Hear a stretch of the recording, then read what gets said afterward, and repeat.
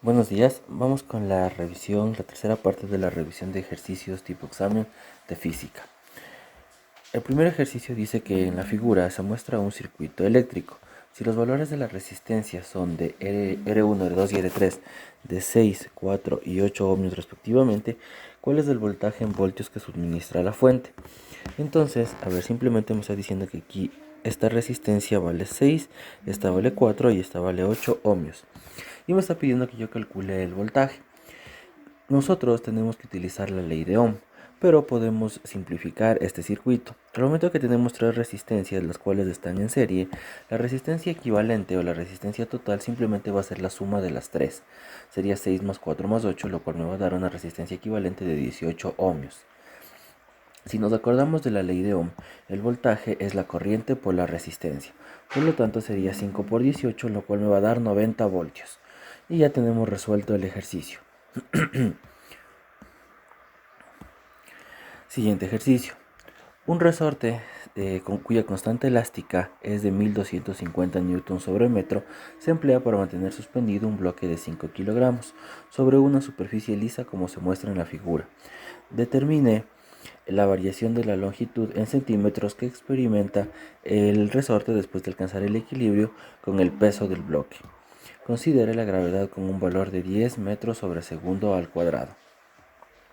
Entonces, nosotros tenemos un resorte el cual está sujetando una caja de 5 kilogramos.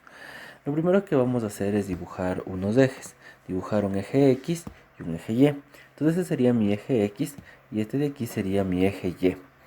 Ahora, este resorte, esta caja, va a estar también con un peso. Su peso siempre va a estar hacia abajo. Va a tener una fuerza, la cual le va a empujar hacia la derecha a la caja. Y vamos a tener un ángulo de 30 grados. Ese ángulo de 30 grados ha salido de la parte de aquí. Este ángulo de inclinación siempre va a ir entre el peso y el eje Y. Siempre va a ir ubicado en esa parte, entre el peso y el eje Y que nosotros colocamos. Ahora, esta fuerza nosotros la vamos a dibujar en la parte de abajo. Esta misma fuerza que tenemos aquí, la vamos a dibujar acá, para nosotros poder encontrar un triángulo. Y si nosotros hacemos triángulos, esto ya se facilita de una manera enorme. Entonces, calculemos el peso. El peso va a ser la masa por la gravedad. En otras palabras, va a ser 5, que es dato del ejercicio, por la gravedad, que es 10. El peso ha sido 50 newtons. Significa que esta línea de aquí vale 50. Ahora, ya podemos armar nuestro triángulo y utilizar una función trigonométrica. La función trigonométrica que aquí me sirve es la función seno. Entonces el seno de 30 va a ser cateto opuesto sobre hipotenusa, es decir, f dividido para p. F va a ser igual a p por el seno de 30, es decir, p que vale 50 por el seno de 30 que es un medio. Entonces f vale 25.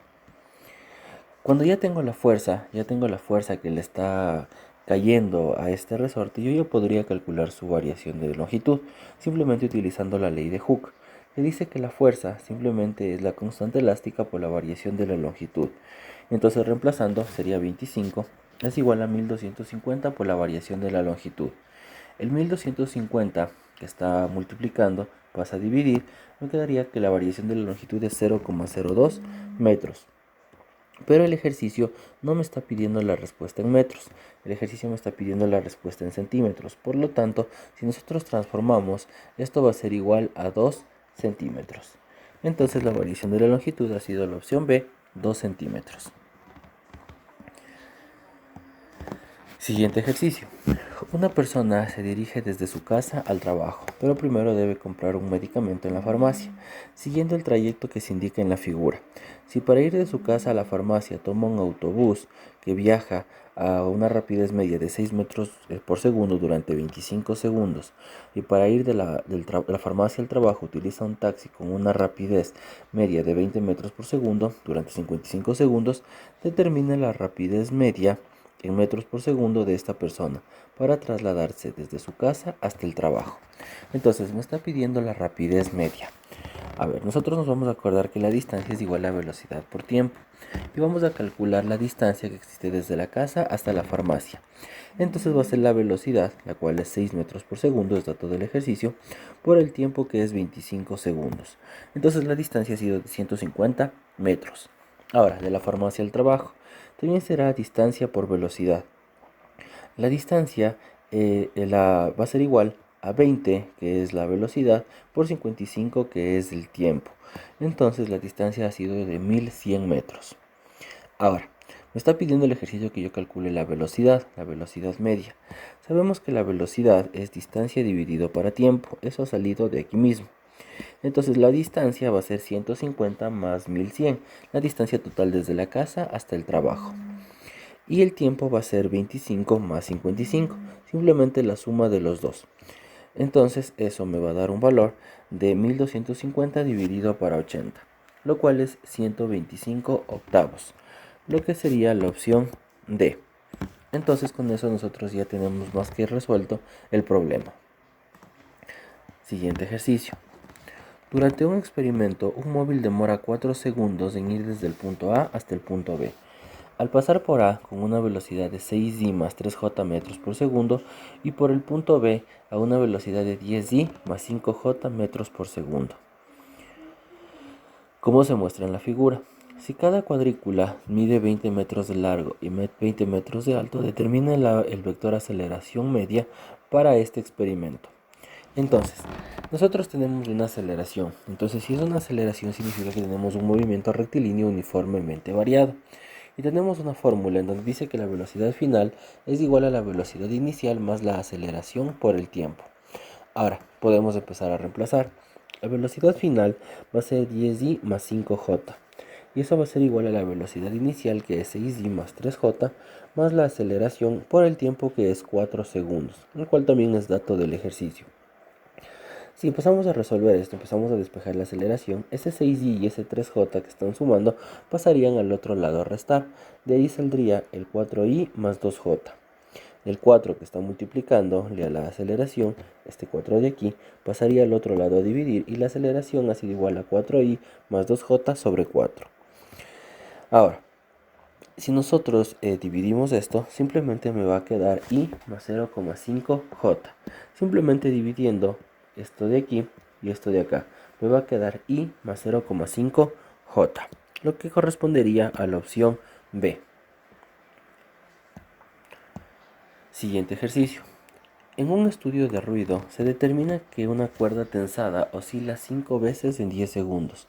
Determina la frecuencia generada por la oscilación de la cuerda. Entonces aquí me está dando las veces que oscila y el tiempo en el que oscila. Entonces nosotros con eso podemos calcular la frecuencia. La frecuencia va a ser el número de oscilaciones dividido para el tiempo. Entonces el número de oscilaciones será 5, el tiempo será 10. Si simplificamos, eso me va a dar un medio. Entonces simplemente nos hemos acordado de la expresión o de la fórmula de la frecuencia, que es el número de oscilaciones o el número de vueltas dividido para el tiempo. En una planta de producción de papel se suministra agua a 24 grados centígrados a la caldera. Determina el calor en calorías por cada litro de agua que se debe suministrar a la caldera en un primer proceso a fin de llegar a convertirla en vapor. Considere que el agua tiene un calor específico de 1 kilocaloría sobre kilogramo por grado centígrado, un calor latente de fusión de 80 kilocalorías sobre kilogramo y un calor latente de vaporización de 540 kilocalorías sobre kilogramo. Entonces este ejercicio me está pidiendo que yo transforme agua a 24 grados centígrados, que lo transforme en vapor. Entonces para eso lo que nosotros debemos hacer es elevar la temperatura. El proceso es primero, esa agua que está a 24 grados centígrados, subirle hasta los 100 grados centígrados. Y una vez que yo tengo agua a 100 grados centígrados, transformarle en vapor también a 100 grados centígrados. Entonces primero vamos a subirle la temperatura del agua a 24 grados en agua a 100 grados. Entonces utilizamos la fórmula que Q1 es igual a la masa por el calor específico por la variación de la temperatura. La masa va a ser 1 kilogramo. El calor específico del agua también es 1 y la variación de la temperatura será temperatura final menos temperatura inicial. Entonces será 100, que es la temperatura final, menos 24, que es la temperatura inicial. Por lo tanto será 1 por 1 por 76, lo cual me va a dar 76 kilocalorías. Ahorita nosotros ya tenemos agua a 100 grados, pero el ejercicio me pide que yo tenga vapor a 100 grados. Entonces vamos a transformar esta agua a 100 grados, le vamos a transformar en vapor. Eso es un proceso que se llama vaporización. Entonces vamos a tener un Q2, que va a ser la masa por el calor latente de vaporización. La masa no va a cambiar, la masa va a seguir siendo 1 kilogramo. Por el calor latente de vaporización, que es dato del ejercicio, que es 540. Por lo tanto va a ser 540 kilocalorías. Entonces el total simplemente será la suma de ambos, el total de calorías. Es decir, 76.000 más 540.000, ya que el ejercicio me está pidiendo en calorías. Entonces simplemente estas kilocalorías le he transformado a calorías. Y esto me da un valor de 616.000 calorías, lo que correspondería a la opción B. Siguiente problema.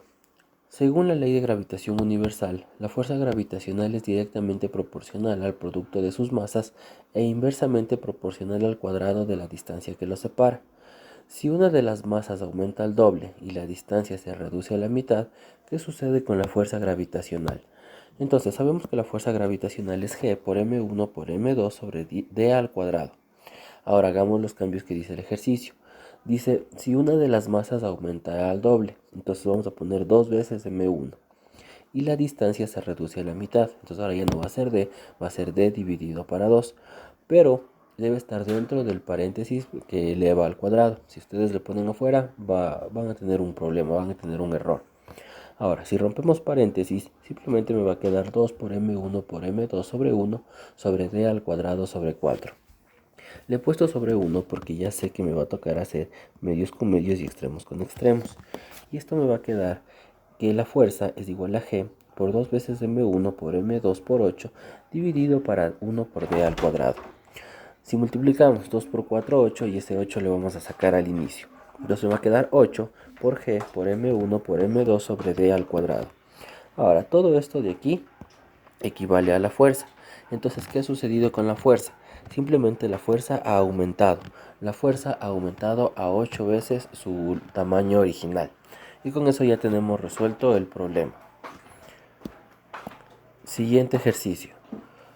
Un estudiante está preparando una exposición para la Casa Abierta de Física y dispone de un cuerpo de masa m que se desliza sobre una superficie sin rozamiento, como se muestra en la figura.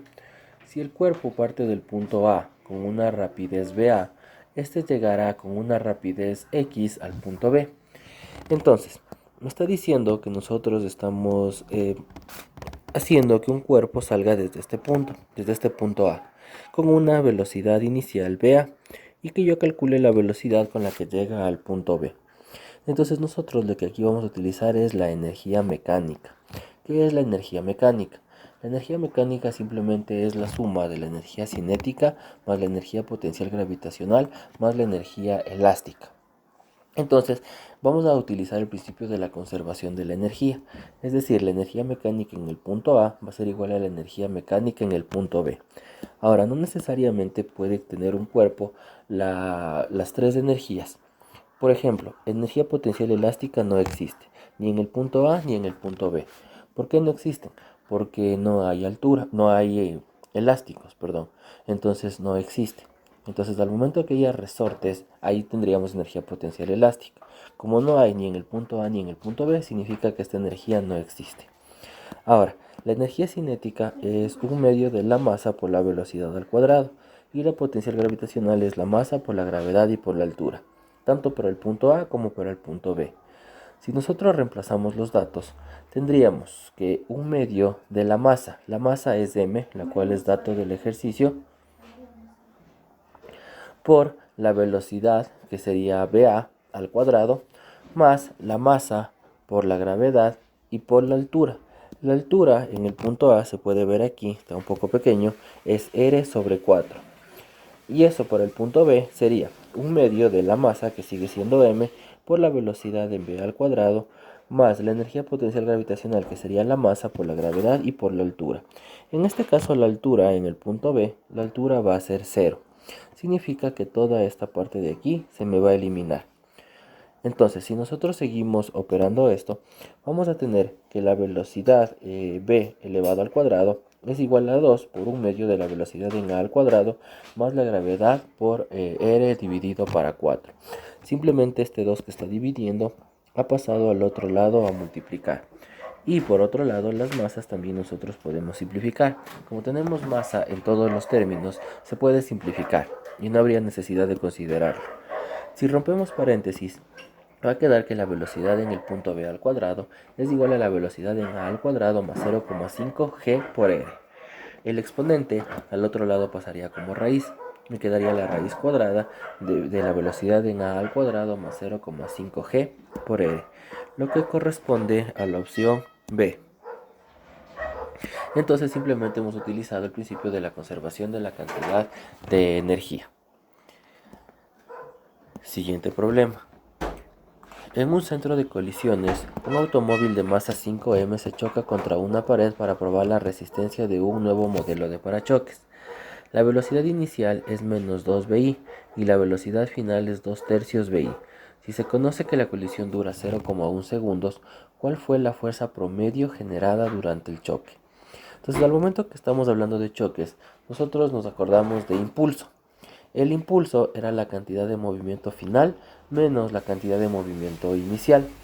Ahora, sabemos que el impulso también es la fuerza por la variación del tiempo y la cantidad de movimiento es la masa por la velocidad. Entonces, esta fórmula se puede escribir como fuerza por variación del tiempo es igual a la masa por la velocidad final menos la masa por la velocidad inicial. Y nos tocaría simplemente reemplazar los datos. Entonces, me quedaría que la fuerza por la variación del tiempo. La variación del tiempo es dato del ejercicio, es 0,1. Es igual a la masa del automóvil, que es 5m, el cual es dato del ejercicio, por la velocidad final. La velocidad final es 2/3 vi, menos la masa del automóvil otra vez, que es 5m, por la velocidad inicial, que es menos 2vi. Si nosotros empezamos a romper paréntesis, me va a quedar que f por un décimo, el 0,1 transformado a fracción sería un décimo, es igual a 10/3 masa por vi más 10 veces la masa por vi. Vamos a sacar mínimo común múltiplo en la parte de la derecha y hacer esa suma. Y quedaría f por 1 sobre 10 es igual a 10m por vi más 30m por vi sobre 3. Sumando sería 40m por vi sobre 3. El 10 que está dividiendo pasa al otro lado a multiplicar y me quedaría 400 m por vi sobre 3. Entonces la fuerza ha sido la opción A, 400 sobre 3 masa por vi. Hay que tener muchísimo cuidado con este ejercicio con los signos. En este caso ya me está dando que la velocidad inicial es negativa y la velocidad final es positiva. Es decir, el vehículo se está moviendo primero hacia la derecha, golpea contra la pared y después rebota hacia la izquierda. Entonces nosotros debemos tener muchísimo cuidado con esto. Para un experimento de fuerzas eléctricas en el vacío se han dispuesto varias cargas puntuales, como se muestra en la figura.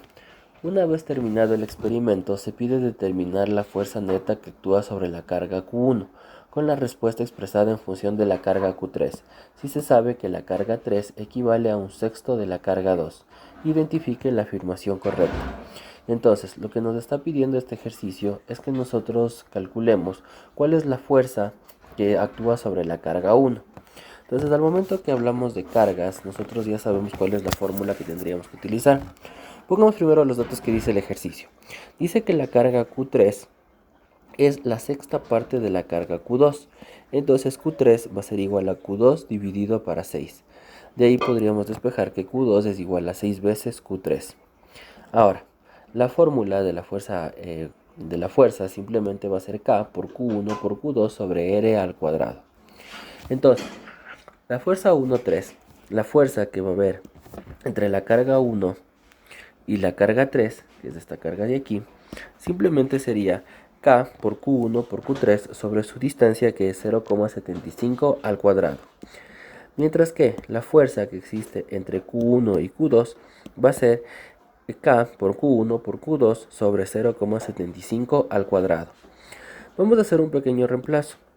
Sabemos que Q2 equivale a 6 veces Q3, entonces sería K por Q1 por 6 veces Q3 sobre 0,75 al cuadrado.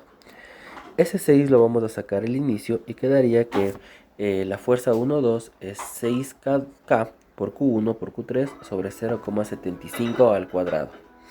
Ahora, ¿cuál va a ser la fuerza total que le va a caer a esta carga Q1?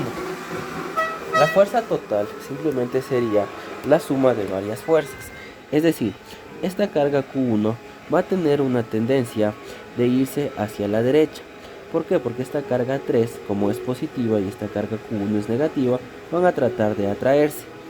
Mientras que con la carga Q1 y la carga Q2, la una es positiva y la otra es negativa. Entonces esta va a tratar de irse hacia la izquierda y esta va a tratar de irse hacia la derecha. Entonces simplemente me quedaría menos la fuerza 1,2 más la fuerza 1,3. Ponemos menos a la fuerza 1,2 ya que su dirección es hacia la izquierda. Y ponemos positiva a la fuerza 1,3 porque se está yendo hacia la derecha.